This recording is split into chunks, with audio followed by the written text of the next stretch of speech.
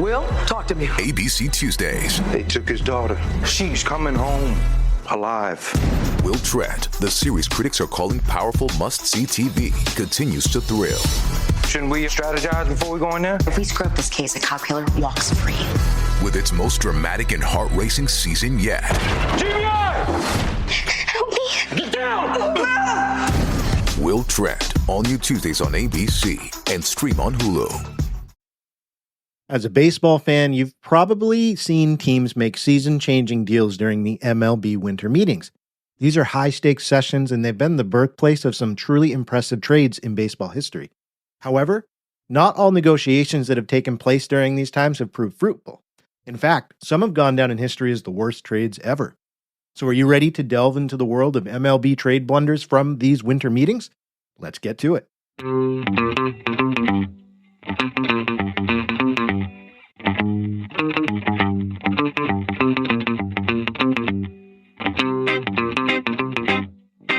Hello, everybody, and welcome to another episode of Rounders, a History of Baseball in America. I'm your host, Jeff Lambert. It's great to be back with you. I know we haven't put out an episode in a little bit, but we're back on the horse. I'm excited about what's coming up in 2024, and I'm happy to have you along for the ride. We've got a great topic today for you to enjoy over this Christmas stretch. Hopefully, you're getting a chance to get some downtime with your family, get a little bit of time away from work, be able to recharge. That's my hope for you, and maybe this is part of the entertainment that you need to get there. So thanks for tuning in advance. Before we get to the episode, as always, I want to give some feedback from you about what's been happening, things that you've been saying. I always want to highlight what's going on in the community as we grow it. So first thing I want to talk about is the last episode we talked about Warren Spahn, not only his baseball career, but also his heroism serving in the armed forces, particularly during World War II. And how he was able to balance a legendary career with service to his country. I asked you a question in the newsletter at the end of that episode. If you thought Warren Spahn was a top 10 all-time pitcher based on his stats and the fact that a big chunk of his prime career was spent serving overseas and he missed those prime years. So 70% of you overwhelmingly said, yes, Warren Spahn is a top 10 all-time pitcher. And 30% of you said no. So overwhelmingly, it seems like based on the case, at least that I had tried to bring in the last episode, you agreed that Warren Spahn definitely is in that upper echelon of pitchers in MLB history. It was great to explore his story. I hope you enjoyed it as much as I did researching it. Moving on, I want to also take a moment every episode to share what you've been saying to me. I love to get your feedback. Keeps me motivated, keeps me excited to do this show. So remember, you can reach out to me by email. You can send me a message on Facebook, on Instagram. I'm trying to get back into X or Twitter. We'll see about that. But you send me a message. I love to hear from you. I got one from Brandon a couple weeks ago. Brandon M. He had this to say, quote, "Hello, I just wanted to reach out and say I absolutely love your podcast. I do a lot of driving for work and listen to a few different podcasts. I love yours. I've always loved baseball and love the stories and characters of the game, and your show has it all." Brandon, thank you very much for that comment. I appreciate it. And also, Brandon has his own podcast called Hardball Sports. We're actually working on doing a collab together. So I would encourage you to check out his show. I listened to an episode. I really enjoyed it. So check out the show notes in the description. There's a link to his podcast if you like sports. I highly recommend you check it out. I'm assuming that's why you're here in the first place. So take a moment, support Brandon. Great podcast going on, and we're going to see if we can work together in the future. Also, real quick, I want to say welcome to our new subscribers. We had a lot of them since the last episode. So real quick to go through, thank you for signing up for the weekly newsletter, becoming a free subscriber. It means a lot to me. So I want to take a moment and recognize Kirk A., Ben David, T. Barvik, Logan L., Jason M., Mitchell B., Termite1971, great username, Alexander S., Greg W., Robert C., Zach S., Ryan W., Zachary M., Sadie B., Kyle D., Washfan320, and Bill K. Thank you all for joining the free tier of the newsletter. I hope you're enjoying what you're getting in your inbox, and thank you so much for joining the community. Really excited for 2024. Have some great things to share in the coming weeks about where we're going, additional perks for you, how we're turning this into a network that I think is going to grow for all of your sports history needs. So good times are coming. Great times have already been had. So without further ado, we're going to get to our topic today. We're going to talk about the MLB Winter Meetings, how they started, how the American and National League approached them, and then we're going to jump into talking about what were some of the worst trades that came out of this very hectic period in baseball history for free agent signings and trades. We're going to focus just on the trades because we'd be here for 5 hours if I threw in the other one. So I hope you enjoyed. Let's get to it. If your football team had one option in their playbook, the results probably wouldn't be great. The same could be said for your investments. SIBO index options like SPX and XSP can help expand your investing strategies with cash settlement and potential tax advantages. If you're ready for a more dynamic game plan, head to betterwithoptions.com. SIBO, life is better with options. Your investments could be too.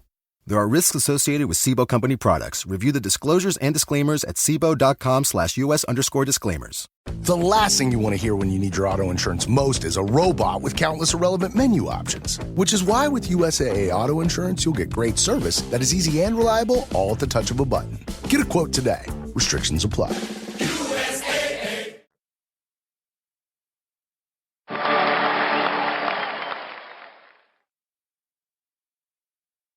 To start our conversation, I wanted to go through very quickly what are the MLB Winter Meetings. So here's a quick overview. The tradition of MLB Winter Meetings dates back to actually 1876, and it was marked by the formation of the National League. It's been going on ever since. It's an annual ritual, takes place in the off-season, usually starts around the first week of December, and in modern times, it's seen as the kickoff to free agent signings and trade discussions that commence between teams in the off-season. So in a modern-day sense, the MLB Winter Meetings are when representatives from each of the 30 Major League Baseball teams convene for these meetings. You see minor league representatives there. There's media personnel. There's even job seekers that go looking for ways to enter the baseball industry. It's seen as a very hustle and bustle type of event. It revolves around mostly general managers getting together. They're sharing insights. They're engaging in negotiations, kind of tiptoeing around and see what trades could be made, hatching up strategies designed for the upcoming season. So the centerpiece of this event usually is this is a good time to figure out if there's any trades that can be made to improve teams. And oh my goodness, some trades have certainly made history during this time, but not always for the right reasons. And that's what we're going to focus on today. So we're going to talk about the biggest trade failures from the MLB Winter Meetings. So strap in, we're going to dig into some of the most surprising and underwhelming trades to come out of this time period. And I think going back on this for me, it reminds me that, even in the best of times for teams, there's speculating, there's gambling, and sometimes when you gamble, you're going to lose and you're not going to get that perfect team roster, even when you make these big trades where you hope things are going to change the course of your club's trajectory. So it's just one of those things. Sometimes the trades don't always land. We're going to talk about ones that really didn't make the cut. So we're going to talk about 5 specific ones. Let's start off with, they're in no particular order necessarily. These were just 5 I found the most interesting. And we're going to look at these transactions from 2 different perspectives. I'm going to give you a quick overview. Then I'm going to give you a breakdown of why the trade occurred. And then I'm going to talk about who got the short end of the stick.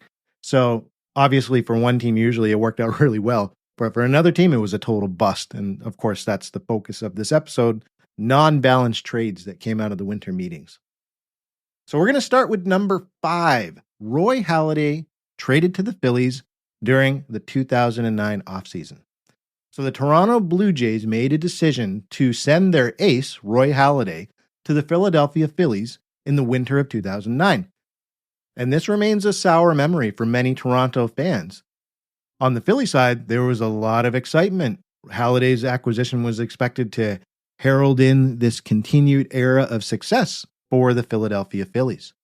So let's break down this trade. Why did it happen? So the Phillies front office had good reason to think that Roy Halladay was going to be that piece that they needed for continuing their championship run. And during his tenure with the Blue Jays, which was from 1998 to 2009, Roy Halladay had established himself around the league as a stud arm in baseball. Let me give you some context to that. He racked up impressive stats while he played for the Blue Jays. He put together a 148-76 record in 313 games. He had a career 3.43 ERA over 2,000 innings. He routinely was just really good at keeping opponents' bats quiet. He had a 1.2 whip So walks plus hits per inning pitched, in case you're not familiar with that stat line. And furthermore, Roy Halladay was known as a very reliable guy. He played through 49 complete games during his time with the Blue Jays, and he pitched 15 shutouts. He was usually available, healthy guy, usually pitched over 30, started 30 games or more a year. So this was seen as a really good acquisition, even though he was over 30 at the time. Now, Toronto wanted something back for this kind of a player. So the goal was, let's get prospects.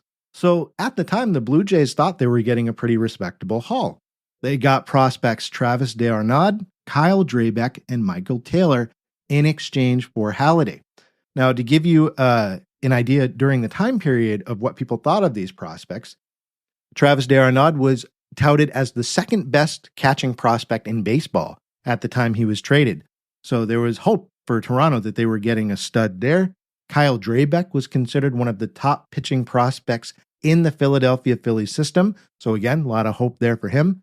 And then Michael Taylor had showed a lot of high-end promise as an outfielder during his minor league time in Philadelphia's system. So all three of these prospects were designated for a lot of scouts as untouchable, but Toronto was able to acquire them in exchange for their veteran ace, Halladay. So hope was high in Toronto that even though we're getting rid of Roy Halladay, hopefully we're getting back three guys that are going to become an anchor for our rotation and our lineup in coming years. So who got the short end of the stick in this trade? Did the youthful prospects win out, or was it the veteran pitcher? Unfortunately for Toronto, all of those acquired prospects did not live up to their expectations. d'Arnaud struggled with injuries and inconsistent play. Kyle Drabek never established himself in the major leagues. And then Michael Taylor was traded away before ever playing a game for the Toronto Blue Jays. So it just did not pan out at all for Toronto. But in contrast, Halladay absolutely flourished in Philadelphia. The stud hurler delivered in many different ways. He won 2 Cy Young Awards while he was on the Phillies. He pitched a perfect game in the regular season, and he pitched a second no-hitter in the playoffs. And he was able to take Philadelphia back to the World Series even though they didn't win. So all of this in the span of 4 years, his performance propelled the Phillies to that continued success they were looking for, even if they failed to secure a World Series title with him on the roster. Now, of course, sadly, Roy Halladay met a tragic, untimely end in 2017. He was flying a solo plane which crashed off the coast of Florida. So an untimely end for him. He pitched 4 seasons for the Philadelphia Phillies. It wasn't a long stretch. Remember, he was already in his 30s when he was traded. But certainly, what he gave them during that time would certainly be considered a success. Unfortunately for Toronto, they got next to nothing out of that deal. 3 hopes, and all of them flamed out. The next trade on our list is when Roberto Alomar and Joe Carter were traded to the Toronto Blue Jays in the offseason of 1990. So against expectations, the San Diego Padres decided to send Roberto Alomar and Joe Carter to the Toronto Blue Jays in exchange for Fred McGriff and Tony Fernandez during the 1990 December meetings. This is considered one of the worst trades in the MLB Winter Meeting history, and it seemed really good on paper, but the outcome told a different story. Let's talk about why this trade went down. The Padres were strategically trying to stock up on some more promising young players, and they took the opportunity to acquire Fred McGriff and Tony Fernandez from the Blue Jays. Now, they viewed McGriff, who was a first baseman, as this burgeoning talent. He had hit over 30 home runs and almost 100 RBI in each of his first 3 seasons with the Blue Jays. Then you had Tony Fernandez. He was this slick fielding all-star shortstop. He was already a 3-time All-Star and a 4-time Gold Glove Award winner. So they were seen as being able to fill gaps that the Padres needed to address. Now, on the other side, the Blue Jays were in the hunt for a World Series title. They also wanted to bolster their lineup with experienced and high-performing players. So they got back Roberto Alomar, who was already a proven star player. He was great on the defensive side, and he had a potent hitting skill. You had Joe Carter, who was a veteran, consistent power hitter, and he could really decisively dictate how a game could turn out, which I'm foreshadowing a little bit what he was able to do for Toronto later on. So this seemed like a balanced trade where each team was able to fill in their gaps. So who got the short end of the stick? Well, for the Blue Jays, they got exactly what they hoped for out of this trade: 2 World Series titles. Both Alomar and Carter were pivotal cogs in the 1992 and 1993 championship teams. And who knows, Toronto may have won a third World Series if that players' strike hadn't canceled the 1994 season. It's a great what if. Now, in 4 seasons with the Blue Jays, Roberto Alomar was an all-star and a Gold Glove winner every single season he suited up for them. He also won the Silver Slugger Award in 1993, and he finished 6th in MVP voting in 1993. And then you have Joe Carter. He played 7 seasons for Toronto after this trade, and he was a 5-time All-Star, a 2-time Silver Slugger, and he finished in the top 10 in MVP voting 3 times. And of course, he also famously hit that World Series winning home run for the Jays in 1993. If you haven't seen it, it's a great moment. It's included in the newsletter for this week. Take a moment and go sign up. The link's in the show notes. You can watch the video right there. Now, the Padres, on the other hand, things didn't work out, even though both players they acquired played well for them. The Padres never won more than 84 games, and they didn't make the playoffs a single time with their 2 new assets in their lineup. So Fred McGriff, he lasted for just 3 seasons in San Diego. And in his final season, that was the big one, he was named an All-Star and he won a Silver Slugger Award, but only 3 seasons there. And then Tony Fernandez, he was only with the Padres for 2.5 seasons, and he made 1 appearance for the club. So you see the difference in accolades, but you also see the difference in team success. Like I said, the Blue Jays won 2 World Series because of this trade, and I can't underscore enough how much Alomar and Carter were pivotal to those playoff teams, the performances they turned in for Toronto. And then with San Diego, McGriff and Fernandez, they played well, but they both were out of the club very quickly. In 1993, the Padres conducted for lack of a better word, a fire sale. And they dealt McGriff to Atlanta, and they sent Tony Fernandez to the New York Mets. And they also sent another slugger that was on their club, Gary Sheffield, away in a trade as well. So the Padres kind of gave up, and this trade didn't really net anything of meaning for them. As for Toronto, these were the 2 World Series championships in their history, and this trade made it happen. Let's look at the 3rd worst trade from MLB's winter meetings on our list, and that accolade goes to the legendary Bill Veeck. He traded everyone from the Chicago White Sox in 1975. Let me explain. So Bill Veeck, who is long known by people who study baseball history as being the guy for his promotional stunts, he was the entertainer extraordinaire in terms of running teams. I've got a great episode on him if you want to check it out. I'll put it in the show notes. So Bill Veeck is the guy in charge of the Chicago White Sox during the 1975 offseason. And he arrived at the meetings and set up a table in the hotel lobby with a sign that read, "Open for business." Why would he do this? Well, there was a recent change that happened over the offseason in the collective bargaining agreement for Major League Baseball, and it allowed players more freedom to change teams. So Billy Showtime had to act because he feared that he wasn't going to be able to afford to keep his star players on the White Sox. So he made a preemptive move and decided to trade as many of them away as he could. So during this stretch, Bill Veeck traded away 22 players from the White Sox roster. This included All-Star and 1972 AL MVP Dick Allen.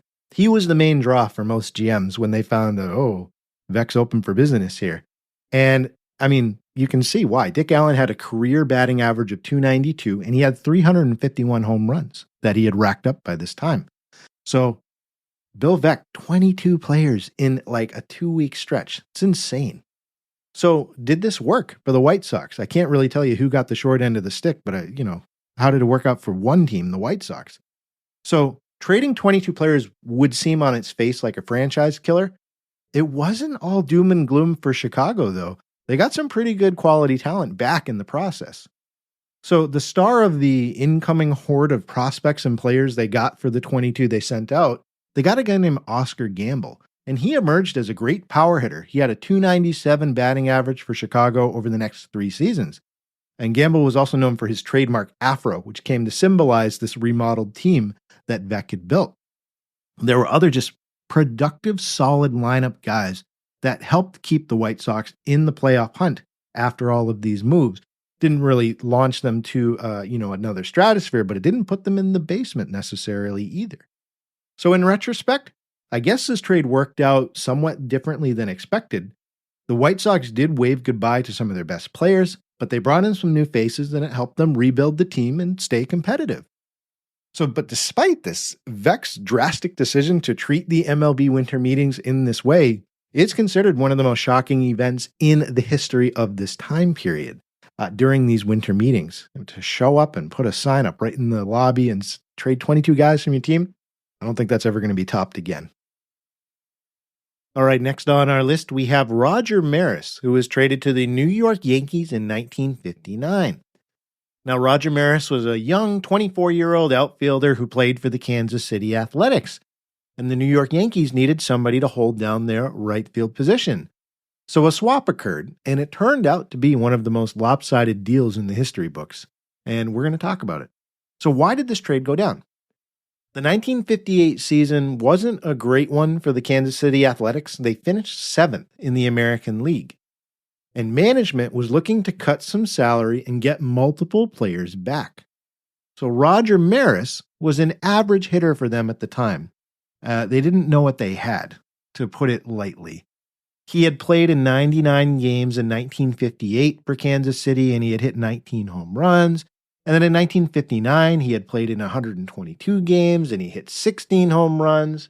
And he had a good year that second year with the Athletics. He made the All-Star team, but he also missed quite a bit of time due to an appendix operation. So looking to capitalize on this young up-and-comer, the Athletics front office called up the New York Yankees. This wasn't a surprising move at all for the time period. In fact, the A's and the Yanks had been frequent trade partners for most of the 1950s. Kansas City was often referred to by the media as the Yankees' major league farm team. I thought that was an interesting aside that I came across. So Kansas City called up their frequent trade partner. They said, hey, we'll give you Roger Maris, good up-and-coming young player. What do you say? Kansas City, I don't think they thought they were going to get much more out of him. Solid young player, all-star here and there. Certainly not the slugger that he would turn into. So the trade occurred. The Athletics got back 4 players. They got back Hank Bauer, who was an outfielder who was known for making big catches. You had Don Larson, who was an experienced pitcher. And just 3 years prior to the trade, he had pitched the only perfect game in World Series history. So they thought that was a promising draw. The Athletics got back Norm Seaburn, who was another outfielder who had shown consistent batting averages and dependable fielding ability, I think would be a good way to say it. And then you had Marv Thornberry, who was a first baseman, young guy, showed potential with his power at the plate. That's who they got back for Roger Maris. So who got the short end of the stick? You probably guessed it if you've heard anything about Maris's career. Initially, the trade was seen as balanced, but the scale swung heavily in favor of the Yankees in the next few years. Maris quickly cemented his place as a key player in the Yankees lineup. And when I say quickly, I mean quickly. In his first game in pinstripes, Roger Maris hit a single, a double, and 2 home runs in his first game with the Yankees. And in that first season, he got another All-Star selection. He was named a Gold Glover, and he won the American League MVP. And he hit 39 home runs and drove in 112 RBI. Remember, just the year before, he had hit 16 home runs. And the next year with the Yankees, look at that number skyrocket to 39. Man. And then on top of that, the next season with the Yankees, Maris won the AL MVP again. And then on top of that, he broke Babe Ruth's single-season home run record, which would last for 27 years when he got to 61 home runs. And he partnered up with Mickey Mantle during this time, and they just destroyed everybody they came in contact with. The Yankees made 5 consecutive trips to the World Series with this duo in the lineup. Now, as for the players that the Athletics got back, obviously no one could even come close to matching Maris's accomplishments. None of them really did anything to move the needle for the Athletics in terms of getting better. On the other hand, you have Maris achieving legendary status, one of the biggest names in baseball history. So this one obviously goes down as one of the worst trades that came out of these winter meeting times from the Athletic perspective, not from the Yankees perspective. Next up, we have Miguel Cabrera, who was traded to the Detroit Tigers in 2007. So on the 5th of December at these winter meetings, the Detroit Tigers made a deal that formed the core of their lineup for almost a decade. They acquired Miguel Cabrera, who was a future Triple Crown winner, alongside pitcher Dontrelle Willis from the Florida Marlins. So how did this trade go down? Well, the Marlins were at it again at the 2007 winter meetings. They were looking to swap budding stars that they didn't want to pay in exchange for prospects, as is the circle of life down here in Miami. So you have the team's top trade bait that they're floating around to other clubs. That was a kid by the name of Miguel Cabrera. He was this Cuban-born batting sensation. He had hit .313 on average with 138 home runs in just 5 seasons with the Marlins. Now, he was in the final year of a $740,000 contract with the Florida Marlins, and the team knew that they weren't going to re-sign him, so it's time to ship him off. So the Detroit Tigers stepped up to the plate, and they offered 6 top-notch prospects and young players in exchange for Cabrera. Those names included outfielder Cameron Maybin, who was the Tigers' first pick in 2005. Then you had pitcher Andrew Miller, who was Detroit's top pick in the 2006 draft. They offered up catcher Mike Rabello, who had hit .256 in 51 games with Detroit and also had a very successful minor league run before getting up to the top club. And they also threw in 3 minor league pitchers. You hit Eulogio, hope I'm saying that right, De La Cruz, Dallas Traherne, and Burke Badenhop. And De La Cruz hit 100 on the radar gun consistently, so there was excitement around him in particular. The Tigers also decided that they wanted to acquire left-handed pitcher Dontrelle Willis from the Florida Marlins with Cabrera, which was another good thing for the Marlins because they needed to unload that salary. And Willis at that time, he was one of the top young southpaws in the league at that time, even though that previous season he had posted a 10-15 record with a 5.17 ERA. So, overall, it was seen as a good addition to get with Cabrera. So that's the trade. Florida's going all in with getting some top prospects. Detroit's emptying out the farm to get Cabrera and Willis to be able to solidify that championship run. So who got the short end of the stick? On paper, it did look like a solid deal for the Marlins in terms of how they run their club. They were getting 2 highly rated prospects in Maybin and Miller. They were getting useful depth pieces. They were getting promising young pitching prospects. Here's how things panned out with all of the prospects they got. Let's start with Cameron Maybin. Maybin struggled with the Marlins. He was eventually traded to the San Diego Padres in 2011. He carved out a respectable career on the West Coast. He was a journeyman outfielder, but he never lived up to that lofty prospect status as being a franchise anchor.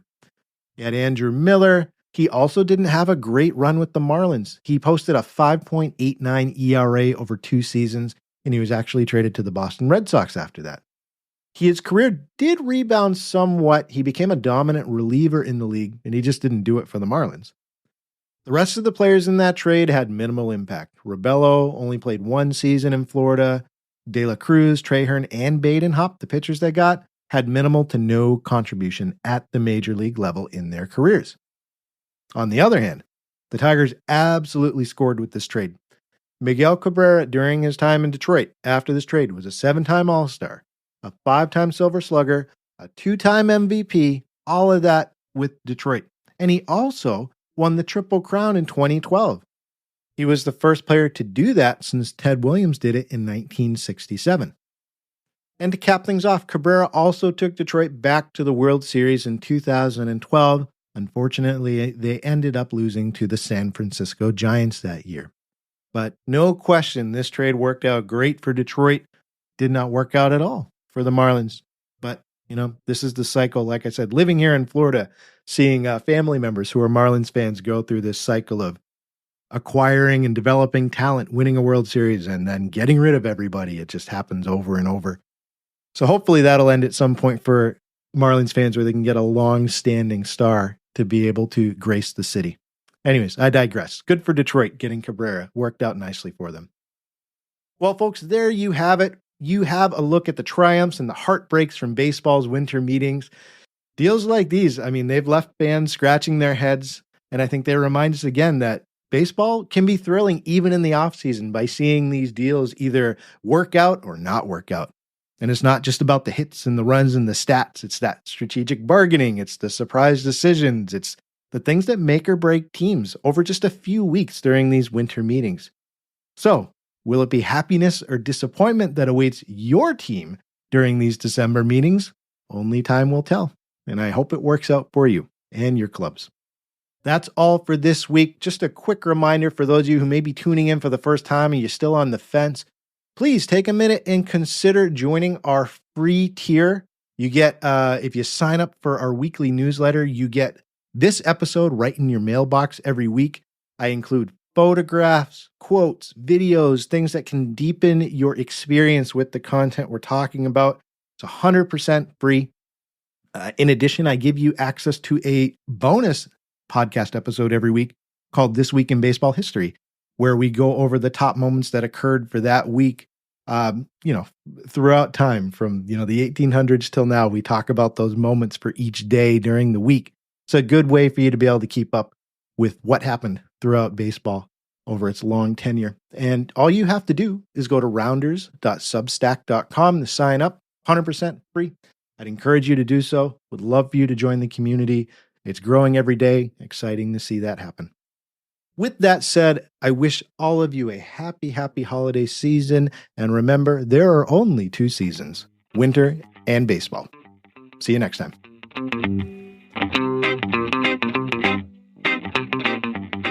Rounders, A History of Baseball in America is produced by Jeffrey Lambert. Our research assistant is Cass Silber. A special thanks to our starting nine supporters, Nathan Halverson and Jack Wilson.